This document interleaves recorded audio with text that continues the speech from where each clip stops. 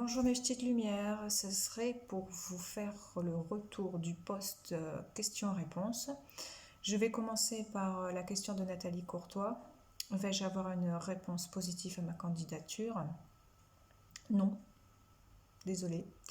Un autre post, oui, je pense, mais vous êtes bloqué par vos peurs. Vos doutes vous empêchent d'avancer sur ce que vous aimez, d'attirer à vous ce qui est bon pour vous. Donc si vous voulez vraiment ce poste, il va falloir faire un travail sur vous. Pour moi, mon guide m'a dit non. Voilà. Après, il n'est pas possible il n'est pas impossible, pardon, de changer votre état d'esprit et d'attirer à vous ce poste, mais il faut vraiment faire un travail sur vous. Voilà. Sinon, vous n'allez jamais attirer à vous le poste que vous voulez en fait, parce que vous êtes un peu dans la négativité, dans vos doutes, dans vos peurs, dans vos craintes, ouais, je vais pas l'avoir, voilà, c'est attirer à vous le positif, voilà.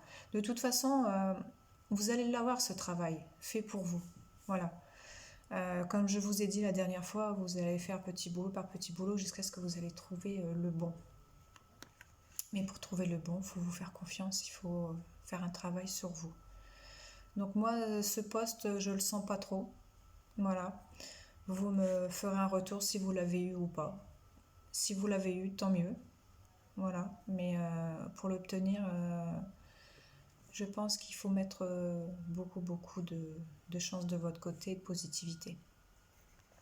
Question suivante pour Valérie Gorez-Vermèche. Mon fils va-t-il trouver du travail? Alors, oui, encore un peu de patience. Il ne se fait pas confiance. Voilà. Pour lui, c'est comme si il était bon à rien, presque. Dans sa tête, il se sent incapable, ou il est très négatif. Il se dit, oh, je vais pas y arriver, je vais pas décrocher, ou j'ai pas envie, j'ai pas... Voilà. Il est pas très positif non plus, cette personne. Donc, il n'attire pas à lui non plus. Mais oui, il y a quelque chose pour lui et encore un petit peu de patience. Voilà. Il faut qu'il bouge un petit peu, qu'il cherche plus, qu'il positive plus aussi. Voilà. Question pour Michel Lehoucq. Va-t-elle s'en sortir moralement? Oui, mais avec de l'aide. Il faut parler avec des gens, avec même un spécialiste, un psychologue, quelque chose comme ça. Il faut se libérer parce que tu ne parles pas assez, tu te confies pas assez ou pas aux bonnes personnes. Il faudrait, en dehors de ta famille, voilà, il faudrait un étranger, ou quelqu'un de confiance même, une copine ou je sais pas, un nouveau regard, voilà, sur ta situation, quelque chose ou quelqu'un vraiment qui a un nouveau regard et qui va te permettre de te libérer et peut-être de te donner des conseils, de te faire un déclic, quelque chose comme ça. Mais oui, oui, ça va aller avec de l'aide. Pour Charline, ma craquinette. Ma craquinette. Non, c'est moi sa craquinette. Ma chérinette, pardon. Tu vas rigoler, hein, du lapsus. Alors, va-t-elle trouver rapidement un emploi qui lui convient? Oui. Mais il faut juste ouvrir les yeux. Il est devant ton nez, ma chérie.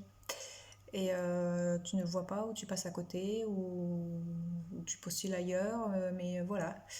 Mais tu auras de toute façon des concessions à faire. Tu peux pas avoir le boulot parfait.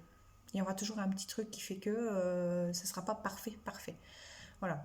Il faut que tu assimiles ça en fait et que tu assimiles et que tu acceptes le fait que dans un emploi ou dans la vie ou tu vas rigoler quand je vais que te dire ça, mais parce qu'on en parle, mais voilà, il faut que tu acceptes qu'il y a des choses qui ne peuvent pas aller toujours dans notre sens ou dans ce qu'on veut, voilà, on a des concessions à faire.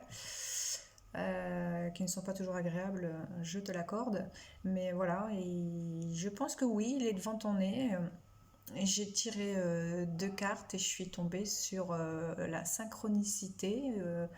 Il y a des signes, donc ça ouvre les yeux, ça m'a dit, donc la carte a confirmé. Puis aussi libère tes pensées négatives. Donc voilà. Donc ça me fait rire parce que ça correspond complètement. Voilà. Donc j'espère, je croise les doigts pour toi ma chérie Nénette. Sophie Maturier. Va-t-elle vivre définitivement avec David? Pas dans l'immédiat, du retard, des choses à régler avant. Des petites choses à régler avant. Je pense que vous avez besoin de parler tous les deux. De mettre des choses à plat tous les deux, de savoir ce que vous allez vivre ensemble, vous mettre d'accord sur la façon de vivre ensemble. Mais il n'y a pas que ça, il y a aussi une certaine situation matérielle ou de travail ou de localisation. Je ne peux pas dire vraiment, mais il y a quelque chose derrière à régler. Des papiers, je ne sais pas vraiment, mais il y a quelque chose en plus à régler. Voilà. Mais je pense que oui, vous pouvez vivre ensemble. Et pareil, il y aura des concessions à faire entre vous, voilà, pour que vous vous accordiez bien.